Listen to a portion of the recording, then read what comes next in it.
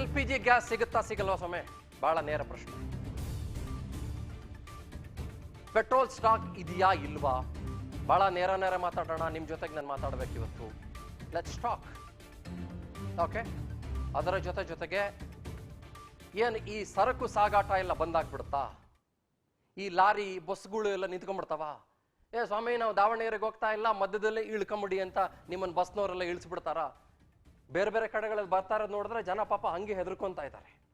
ಒಂದ್ ರೀತಿ ಈ ಕೋವಿಡ್ ರೀತಿಯಲ್ಲಿ ಅಘೋಷಿತವಾದಂಥ ಲಾಕ್ಡೌನ್ ಏನಾದ್ರೂ ನಮ್ಮ ದೇಶದಲ್ಲಿ ಈ ಸದ್ಯಕ್ಕೆ ಆಗೋಗಿದೆಯಾ?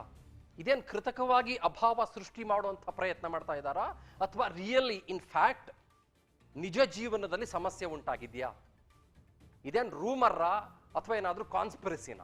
ಈ ಪ್ರಶ್ನೆಗಳಿಗೆ ಉತ್ತರವನ್ನು ಕಂಡುಕೊಳ್ಳುವಂಥ ಪ್ರಯತ್ನ, decoding, we should do it today.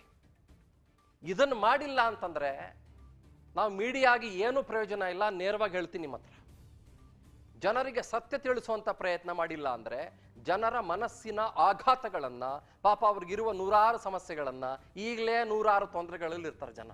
ಅಯ್ಯೋ ನನ್ನ ಮಗನ ಫೀಸ್ ಕಟ್ಟಿಲ್ಲ, ನನ್ನ ಮಗಳ ಫೀಸ್ ಕಟ್ಟಿಲ್ಲ, ಟ್ಯೂಷನ್ ಫೀಸ್ ಕಟ್ಟಿಲ್ಲ, ನನ್ನ ಆಫೀಸಿನ ಸಂಬಳ ಕಡಿಮೆ ಬರ್ತಾ ಇತ್ತು ನನಗೆ, ಅಯ್ಯೋ ಬಸ್ಸಲ್ಲಿ ನನಗೆ ಯಾವುದೇ ಭಾಗ್ಯಗಳು ಯೋಜನೆಗಳಿಲ್ಲ, ನಾನು ದುಡ್ಡು ಕೊಟ್ಬಿಟ್ಟು ಹೋಗ್ಬೇಕು, ಅಲ್ಲಿಗೆ ಹೋಗ್ಬೇಕು, ಇಲ್ಲಿಗೆ ಹೋಗ್ಬೇಕು, ಸಾಲಗಾರರು ಹಿಂದೆ ಬಿದ್ದಿದ್ದಾರೆ, EMI ಕಟ್ಟಿದ್ದಾರೆ, ಸ್ಕೂಟ್ರದ್ದು ಇನ್ಶೂರೆನ್ಸ್ ಕಟ್ಟಬೇಕು, ಕಾರ್ದು ಇನ್ಶೂರೆನ್ಸ್ ಕಟ್ಟಬೇಕು. ಜನ ಪಾಪ ಇದಾರಲ್ಲ ಅಮಾಯಕರು, innocents, people are very innocent. So ಸುಮ್ಮನೆ ಬದುಕಿನ ಜೊತೆಗೆ ಚೆಲ್ಲಾಡಾಡ್ಕೊಂಡು ಕೂತ್ಕೋಬಾರ್ದು. ಓಹೋ ಹಿಂಗಾಗ್ಬಿಡ್ತು, ಆಹಾ ಹಿಂಗಾಗ್ಬಿಡ್ತು ಅಂತ ಸುಳ್ಳುಗಳಿದಾವಲ್ಲ, ಅದನ್ನ ನಾವು ನಮ್ಮ ನಾಲ್ಗೆಯಲ್ಲಿ ಹೇಳ್ಕೊಂಡು ಕೂತ್ಕೋಬಾರ್ದು. ಸೊ ಈ ಉರಿಯೋ ಬಿಸಿಯಲ್ಲಿ ಚಳಿ ಕಾಯಿಸ್ಕೊಳ್ತಾ ಇರೋರು ಬಹಳ ಜನ ಇದ್ದಾರೆ. ನಿಮ್ಗೆ ಹೇಳ್ತೀನಿ, ಸ್ಪಷ್ಟವಾಗಿ ಹೇಳ್ತಾ ಇದ್ದೀನಿ ಇವತ್ತು.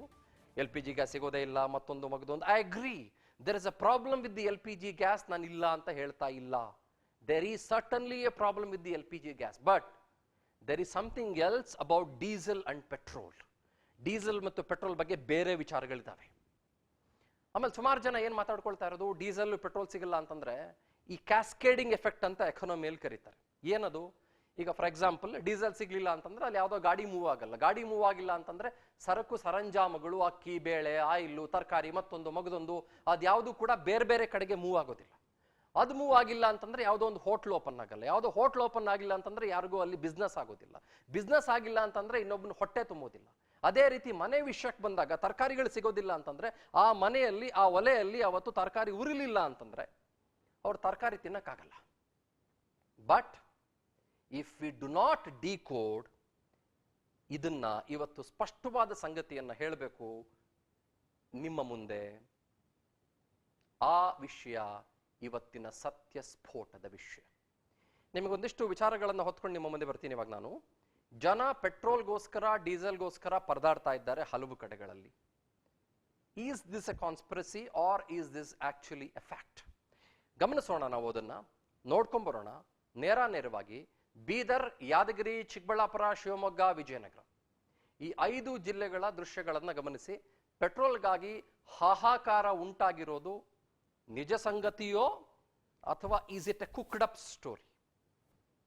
5 ಕಡೆಗಳಲ್ಲಿ ಗಮನಿಸ್ತಾ ಇದ್ದೀರಿ ನೀವು. ಬೀದರ್ ಒಂದ್ ಕಡೆ, ಉತ್ತರ ಕರ್ನಾಟಕದ ಬೀದರ್, ನಮ್ಮ ಯಾದಗಿರಿ, ನಮ್ಮ ಚಿಕ್ಕಬಳ್ಳಾಪುರ, ನಮ್ಮ ಮಲೆನಾಡಿನ ಶಿವಮೊಗ್ಗ, ನಮ್ಮ ವಿಜಯನಗರ. ಜನ ಹೆಂಗ್ ಕ್ಯೂ ನಿಂತ್ಕೊಂಡಿದ್ದಾರೆ ಗಮನಿಸ್ತಾ ಇದ್ದೀರಿ. ಸುಮಾರು ಕಡೆಗಳಲ್ಲಿ ನೋ ಸ್ಟಾಕ್ ಅಂತ ಬೋರ್ಡ್ ಹಾಕೊಂಡು ಕೂತ್ಕೊಂಡಿದ್ದಾರೆ ಪೆಟ್ರೋಲ್ ಬಂಕ್ ಮಾಲೀಕರು. ಯಾಕೆ ಹಿಂಗಾಗ್ತಾ ಇದೆ? This is the bigger problem. ಇದನ್ನ ನಾವು ಅಡ್ರೆಸ್ ಮಾಡಬೇಕು. ರಾಜ್ಯಗಳ ವಿಚಾರ ಗಮನಿಸೋಣ. Let's go straight to the states now. Chennai, Hyderabad, Indore, Madhya Pradesh, Srinagar, Tamil Nadu, Telangana, 7 ಕಡೆಗಳಲ್ಲಿ ಗಮನಿಸ್ತಾ ಇದ್ದೀರಿ. ಇನ್ಫ್ಯಾಕ್ಟ್ ಮತ್ತೊಂದು ಮಧ್ಯಪ್ರದೇಶ ಅಂತ ಇದೆ. ಆ Madhya Pradesh probably is not the place, that's A different place. ಇರ್ಲಿ, ತೊಂದರೆ ಇಲ್ಲ. ಚೆನ್ನೈ, ಹೈದರಾಬಾದ್, ಇಂದೋರ್, ಮಧ್ಯಪ್ರದೇಶ್, ಶ್ರೀನಗರ, ತಮಿಳುನಾಡು, ತೆಲಂಗಾಣ, 8 ಕಡೆಯ ಫೂಟೇಜ್ಗಳನ್ನು ಗಮನಿಸ್ತಾ ಇದ್ದೀರಿ. ಆ 8 ಕಡೆಯ ಫೂಟೇಜ್ಗಳಲ್ಲೂ ಕೂಡ ನಿಮಗೆ ಕಂಡು ಬರ್ತಾ ಇರೋದು ಏನು? ಹಾಹಾಕಾರ, ಜನರ ಗೋಳು, ಜನರ ಪರದಾಟ, ಜನರ ನೋವು, ಆಕ್ರಂದನ, ಆತಂಕ, ಸಮಸ್ಯೆಗೆ ಪರಿಹಾರ ಕಂಡುಕೊಳ್ಳದೆ ಇರುವಂತಹ ತೊಂದರೆ.